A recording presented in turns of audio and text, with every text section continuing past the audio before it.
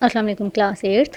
आज हमारा 6th lecture है मैथ्स का। इसमें मैं आपको अब क्वेश्चंस सॉल्व करके दिखाऊंगी और वेन डायग्राम बना के दिखाऊंगी। ठीक है, क्वेश्चंस जो यूनियन इंटरसेक्शन के हैं वो तो वैसे ही सॉल्व करते हैं जैसे कम्यूटेटिव लॉज और हमने डिस्ट्रीब्यूटिव लॉज वगैरह पहले सॉल्व किए थे। उनका सोल्यूशन मैं यहाँ आपको नोट्स से ही दिखा रही हूँ क्योंकि वो आप पहले सॉल्व कर चुके हैं। डायग्राम जो मैंने नीचे ड्रॉ की हुई है वो मैं आपको अलग से अभी ड्रॉ करके भी दिखाऊंगी। पहले हम देख लेते हैं क्वेश्चंस को सॉल्व कैसे करना है और क्वेश्चन में हमसे कहा क्या गया है। एक्सरसाइज 1.3 हम आज कर रहे हैं बेटा, जिसका क्वेश्चन नंबर 1 है verify the commutative law of union and intersection of the following sets through Venn diagram. उन्होंने कहा है कि इन क्वेश्चंस में जो आपको सेट्स दिए गए हैं उन पे यूनियन और इंटरसेक्शन दोनों के कम्यूटेटिव लॉज आपने प्रूव करने हैं with the help of Venn diagram. ठीक है, तो पहले कौन से होंगे वो लॉज?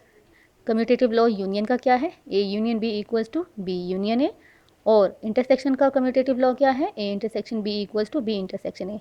हमने ये दोनों बातें प्रूव करनी है और विद वेन डायग्राम। ठीक है, फर्स्ट पार्ट में हमें सेट्स दिए हुए हैं, फर्स्ट ए सेट और बी सेट। ठीक है, उनकी हेल्प से पहले हम ए पार्ट सॉल्व करते हैं, यानी commutative law under union.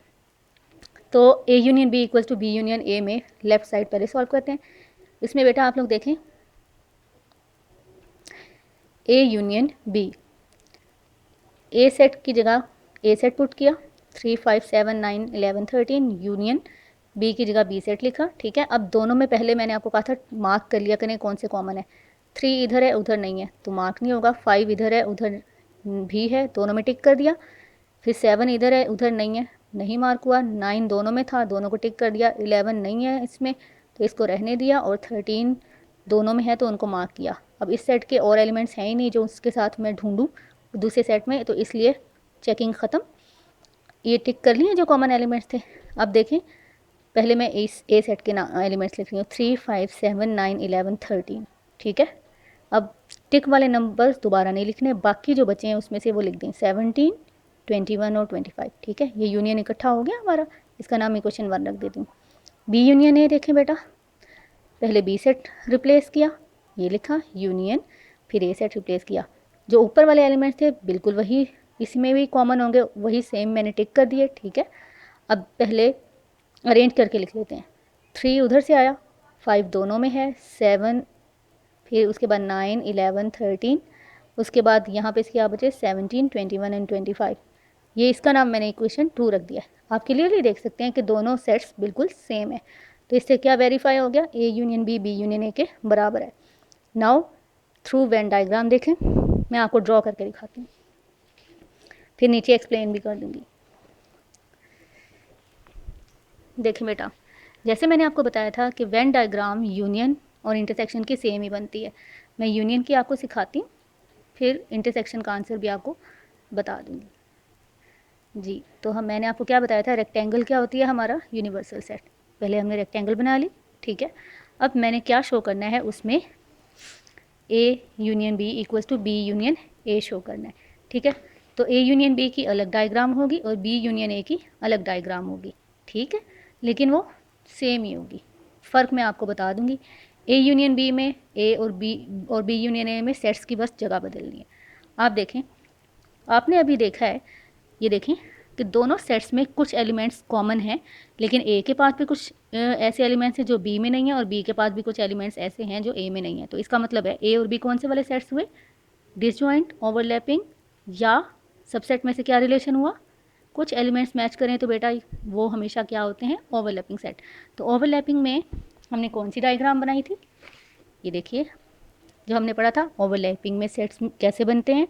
Venn diagram के में दोनों जुड़े हुए बनते हैं, और जुड़ा वाला जो हिस्सा होता है जो एक दूसरे के ओवरलैप कर रहा है, यानी एक दूसरे के ऊपर चढ़ा हुआ है, जहाँ पे दोनों सेट्स एक दूसरे के ऊपर चढ़ गए हैं, उसको ओवरलैपिंग कहते हैं। ठीक है, उस रीजन में हम वो कॉमन वाले एलिमेंट्स लिखते हैं, यानी इंटरसेक्शन वाले। ठीक है, तो हमारी डायग्राम में दोनों सेट्स जो होंगे बेटा कैसे बनेंगे? जुड़े हुए।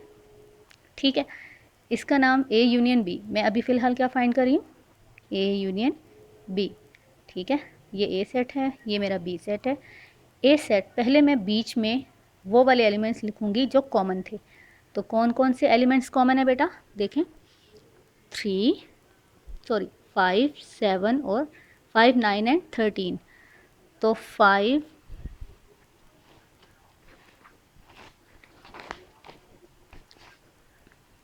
देखिए आपके लिए लिया, आप देखें 5, 9 और 13 ये कॉमन थे दोनों में, तो मैंने इनको यहाँ पे ड्रॉ कर लिया। ठीक है, अब 5, 9 और 13 के अलावा जो ए में बाकी बचे हैं वो ए में लिख दूँगी। 3, 7 और 11 वो ए के बाकी के एलिमेंट्स ए के अंदर रहेंगे। ठीक है, अब बी की बारी है। 3, 5 और 5, 9 एंड 13 पहले ही यहाँ पे लिख चुकी हूँ, तो बाकी जो बी के एलिमेंट्स बचे हैं वो बी के अंदर लिखूँगी, वो इस जुड़े वाले रीजन में नहीं लिखना। ठीक है, ये हमारी डायग्राम बन गई। अब ए यूनियन बी को एक्सप्लेन कैसे करेंगे डायग्राम में, कि ये हमारा आंसर जो है वो डायग्राम के थ्रू हम कैसे समझाएंगे उनको। तो यूनियन का मतलब क्या है बेटा, all the elements of set A and set B and we write common elements one time only, या हम कह सकते हैं कि we do not repeat any element in the set. ठीक है, तो यही हमारा आंसर होगा। जैसे यहाँ पे नोट्स में लिखा है, क्या लिखा हुआ है, in A union B all elements of A and B are included, common elements are taken one time only. ठीक है, और मैंने ब्रैकेट में वो एक्सप्लेन भी कर दिया कि वो कहाँ लिखे हैं, and are written at the centre, centre में लिखे हुए हैं, और नीचे ए यूनियन बी का आंसर भी लिख दिया। ठीक है, अब इसी तरह बी यूनियन ए की डायग्राम भी बनेगी, और देखें बिल्कुल सेम बनेगी, सिर्फ आपने क्या कर देना, कम्यूटेटिव लॉ है ना, तो हमने उसमें बेटा क्या शो करना है कि A union B union A के बराबर होता है। तो यूनियन ए सेट बनाया, बी सेट बनाया, दोनों ये भी जुड़े होंगे, लेकिन बी यूनियन ए है तो इसमें बी पहले और ए बाद में ड्रॉ करूँगी। ठीक है, अब जो दोनों के कॉमन एलिमेंट्स थे वो सेम थे ना, 5, 9, 13 बिल्कुल ऊपर की तरह बना दिया, मैंने इधर लिख दिया। अब बी के एलिमेंट्स जो बाकी थे वो कौन से थे, 17, 21, 25। देखिए मैं यहीं से देखकर अब बस मैंने इस साइड पे उतार दिया, और इधर से ए के एलिमेंट्स, ए इधर आ गया तो उसके एलिमेंट्स भी उसके साथ इधर आ गए, जगह बदल गई। ठीक है, और यूनियन का मतलब इसके नीचे भी सेम एक्सप्लेनेशन हम क्या लिखेंगे जैसे आपके नोट्स में लिखी है, देखें सेम डायग्राम है। या इसके आंसर में भी हम यही कहेंगे कि इन बी यूनियन ए, वहाँ हमने ए यूनियन बी कहा था, यहाँ हम क्या कहेंगे, इन बी यूनियन ए, जगह बदल दी। All the elements of B and A are included, वहाँ हमने कहा था in A union B all the elements of A and B are included, और यहाँ पे हम कह रहे हैं बी एंड ए, बात तो एक ही है। ठीक है, दोनों सेट्स के एलिमेंट्स आ रहे हैं। Common elements are taken one time only, और जो कॉमन वाले एलिमेंट्स हैं उनको हम एक दफ़ा लिखेंगे। ठीक है, ब्रैकेट में सेम उसकी तरह मैंने यहाँ पे लिख दिया कि वो कॉमन एलिमेंट्स हमने सेंटर में लिखे हैं। ठीक है, और यहाँ पे भी बी यूनियन ए का आंसर जो हमने ऊपर फाइंड किया था वो लिख दिया, दोनों को एक्सप्लेन कर दिया हमने डायग्राम में। तो हमने यहाँ पे डायग्राम से भी क्या वेरीफाई कर दिया कि A union B union A के बराबर होता है। ठीक है, अब मैं आपको नेक्स्ट क्वेश्चन करवाती हूँ सेम, लेकिन कम्यूटेटिव लॉ ही आपको करवाऊँगी, लेकिन इंटरसेक्शन का। ठीक है, मैंने जैसे आपको बताया था कि यूनियन और इंटरसेक्शन में डायग्राम सेम होती है। ठीक है, सिर्फ आंसर डिफरेंट होता है। तो यहाँ पे आप देखेंगे, देखिए बेटा नोट्स आप सबके पास हैं, और इंटरसेक्शन यूनियन मैंने काफ़ी डिटेल में आपको समझा दिया, तो यहाँ बस मैं रिपीट कर रही हूँ। देखें A intersection B, A set लिखा, इंटरसेक्शन बी सेट लिखा। ठीक है, इंटरसेक्शन में पहले दोनों में, तीनों में वही, क्योंकि वही वाले सेट्स हैं तो टिक वही 5, 9 और 13 दोनों में मार्क हो गए, क्योंकि ये कॉमन एलिमेंट्स हैं। ठीक है, अब आप देखो बेटा, आपको ऑलरेडी पता है कि इंटरसेक्शन में लिखते ही वो एलिमेंट्स हैं जो कॉमन हो, यानी जिनको हमने मार्क किया होता है। तो वो 5, 9 और 13 थे, तो मैंने उनको लिख दिया, इसका नाम मैंने इक्वेशन 1 रख दिया। बी इंटरसेक्शन ए फाइंड करते हैं, राइट साइड पहले बी सेट लिखा, इंटरसेक्शन सिंबल, उसके बाद ए सेट लिखा है। ठीक है, मार्क किया हमने कॉमन एलिमेंट्स को, और आपको पता है आंसर में कॉमन ही आने हैं, तो 5, 9, 13 आ गया, इक्वेशन 2 आ गई। एंड फ्रॉम 1 एंड 2 हमें क्या पता चला, A intersection B intersection A के बराबर है।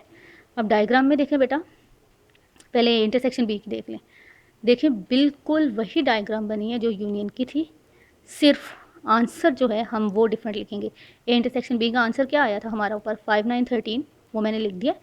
ठीक है, और मैंने आपको पहले यूनियन में भी बताया था कि जो बीच में एलिमेंट्स लिखे होते हैं ये ओवरलैपिंग एरिया में ये कॉमन होते हैं, तो वही इंटरसेक्शन का आंसर होता है, यानी ए इंटरसेक्शन बी का आंसर होता है।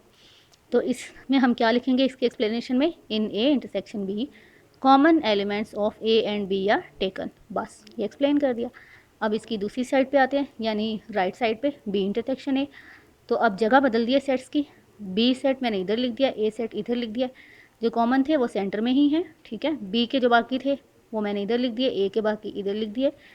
ये बी इंटरसेक्शन ए, ये बीच वाला जो जहाँ पे 5, 9, 13 दोनों में कॉमन थे वो मेरा क्या है, बी इंटरसेक्शन ए का आंसर, वो मैंने यहाँ लिख दिया। और इसकी एक्सप्लेनेशन क्या है, in B intersection A common elements of B and A are taken, यानी कि जिसका नाम पहले है उसी सेट का पहले बोल रहे हैं। In B intersection A common elements of B and A are taken, ठीक है। और यहाँ पे हमने क्या कहा था, in A intersection B common elements of A and B are taken, यानी कि जैसे हमने प्रूफ में जगह बदली है सेट्स की, वहाँ पे बात करते हुए भी जगह बदल देनी है। तो दोनों से हमें क्या मिला है बेटा, आंसर सेम था। तो क्या प्रूफ हुआ है वेन डायग्राम से भी हमारा कि A intersection B B intersection A के बराबर होता है, ठीक है। होप आपको समझ आ गया होगा। तो बेटा आपकी एक्सरसाइज 1.3 आपकी बुक पेज नंबर 12 पे एक्सरसाइज 1.3 का मैंने आपको क्वेश्चन 1 करवाया है। इसके रिमेनिंग पार्ट्स जो हैं 3 पार्ट्स वो आप लोग करेंगे, ठीक है। The sets N and Z यहाँ पे दिया हुआ है, आपको मैंने एक्सप्लेन कर दिया था डिटेल में। एन नेचुरल नंबर्स का सेट, जेड पॉजिटिव और नेगेटिव नंबर्स और ज़ीरो होता है उसमें, ठीक है, integers. E stands for even numbers, O stands for odd numbers. अगर आपको सेट्स नहीं मिलते, अव्वल तो मैंने नोट्स में एक्सप्लेन किया हुआ है, तो आप यहाँ देख सकते हैं कि आपको चैप्टर के स्टार्ट में ये देखें पेज नंबर 2 पे ही सारे सेट्स लिख के दिए हुए हैं, तो आप यहाँ से इजीली सेट लिख सकते हैं। और यहाँ पे जो सेट की आपको फॉर्म दी हुई है बेटा, वो दी हुई है जेड सेट की रियल नंबर पे जैसे लाइन पे लिखी होती है, तो आप इसको इस तरह भी लिख सकते हैं, 0 + -1 + -2 सो ऑन। इस फॉर्म में लिख के यूज़ करें तो बेटर होगा जेड को, ठीक है। होप आपको आज का लेक्चर समझ आ गया होगा। इंशाल्लाह कल हम नेक्स्ट लेक्चर में देखेंगे सेट्स के क्वेश्चन नंबर 2 के बारे में, एक्सरसाइज 1.3 का। जब तक अपना ख्याल रखिएगा और क्वेश्चन नंबर 1 के रिमेनिंग पार्ट्स सॉल्व कर लीजिएगा। तब तक के लिए अल्लाह हाफिज़ और अपना ख्याल रखिएगा।